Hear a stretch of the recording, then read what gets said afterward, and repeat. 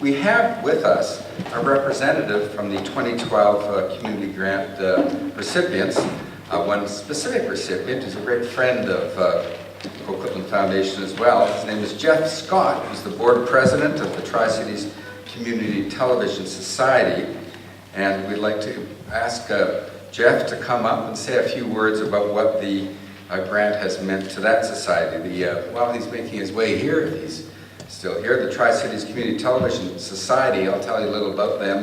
Their mandate is to cover and promote local community events and to provide training in the tools of TV production. Last year, a grant was awarded to support the Society's production of the Arts in Coquitlam program. So Jeff, if you're here, come on up and say a few words.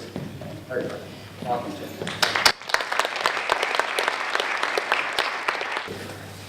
First of all, I'd like to thank the Canucks for not going too deep in the playoffs and sending us any concern about whether we should be here tonight or not. 2 years in a row, guys. Thanks. Okay, next year you can get back to going a little bit.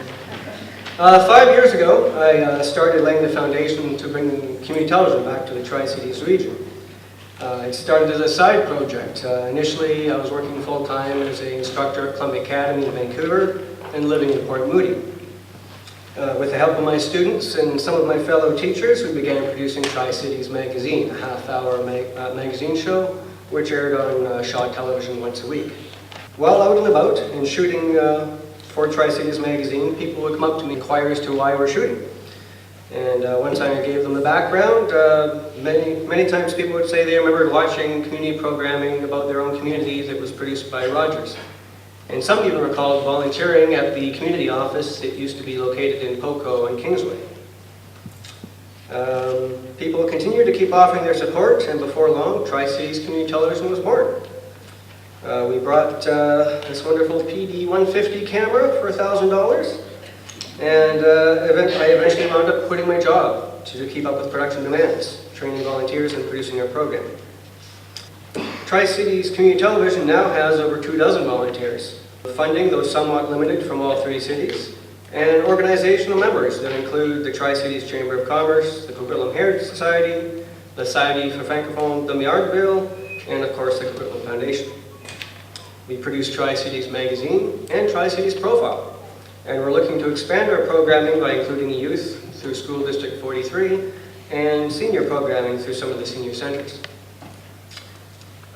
We also bought our brand new HD camera, which we're covering today's event with, and some imagery on the back will now accompany the rest of my presentation. We shot this recently around Lafarge Lake with a new camera. So why am I telling you all about us? I should be telling you about the Coquitlam Foundation. Well, none of this would have been possible without the Coquitlam Foundation. They were the first group in the Tri-Cities to fund our organization, and through their sponsorship of a segment called Arts in Coquitlam. By producing this segment in our programming, we were able to train volunteers, promote arts in Coquitlam, and as well produce programming. I also believe that the funding that we received from the Coquitlam Foundation was integral in keying funding from Port Coquitlam, Port Moody, and Coquitlam. Now we can only get that provincial funding and a few corporate projects. I just want to wrap up again by thanking the Coquitlam Foundation. Again, their funding of our organization is essential in our moving forward. And I also want to just say that anybody in the audience, if you have an idea of a way to improve the community, the Coquitlam Foundation is a great way to start. Thank you.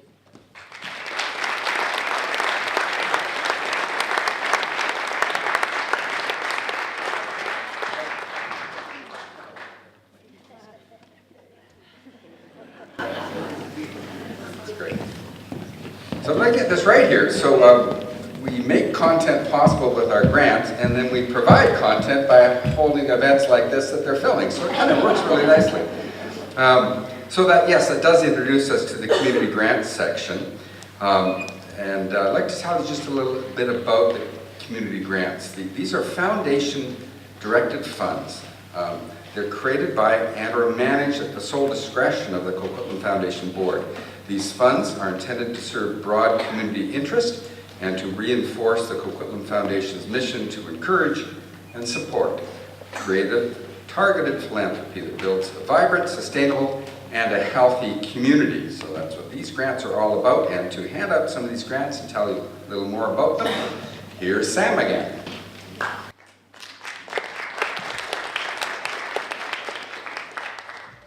As we explained earlier, the James Gordon Stewart Fund was founded in 2012 and was seeded with a bequest of more than $355,000 from the estate of James Gordon Stewart, a long-time Coquitlam resident who passed away in 2009.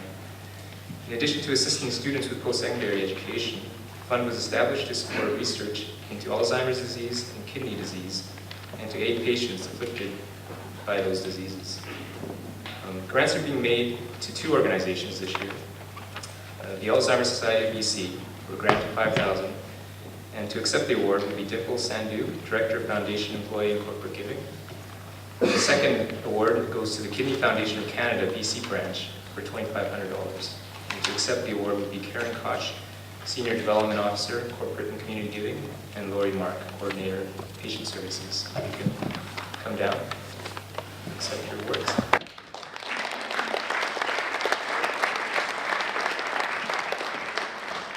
While they come down, I just wanted to tell you a little bit about the awards, the awardees. The grant received by the Alzheimer's Society will be used for the education and support of family caregivers caring for people with Alzheimer's disease and other dementias. The Society will be delivering education sessions to over 300 participants and facilitating monthly support groups for family caregivers throughout the year. The Kidney Foundation has received funding for the CKD program, a targeted screening program for the promotion of early detection of kidney disease. Community screening of high-risk populations uses simple tests to detect diabetes, prediabetes, high blood pressure, and chronic kidney disease. The results can facilitate early identification and, through appropriate education and management, reduce complications and prevent the disease or delay and lessen its impact.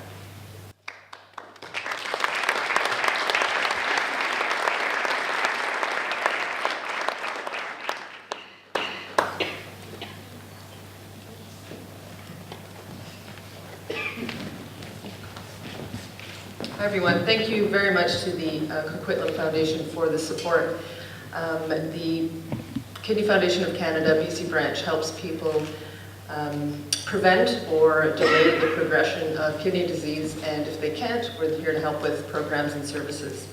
One of them is the targeted screening for kidney disease, as we just heard, to at-risk populations, and Lori Mark is the coordinator who helps do that around the province and obviously Coquitlam.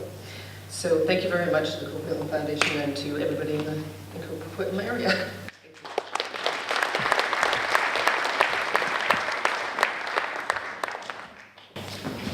Hi, good evening. I just wanted to say thank you to the Coquitlam Foundation for supporting us this year. I represent the Alzheimer's Society of BC. As you know, there's about 70,000 British Columbians that are coping with the disease today, and there's about 15,000 new cases each year.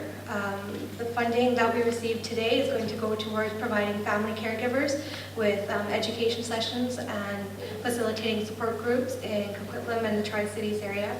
And we couldn't do this without our community partners, and we're very grateful for your support this year. Thank you.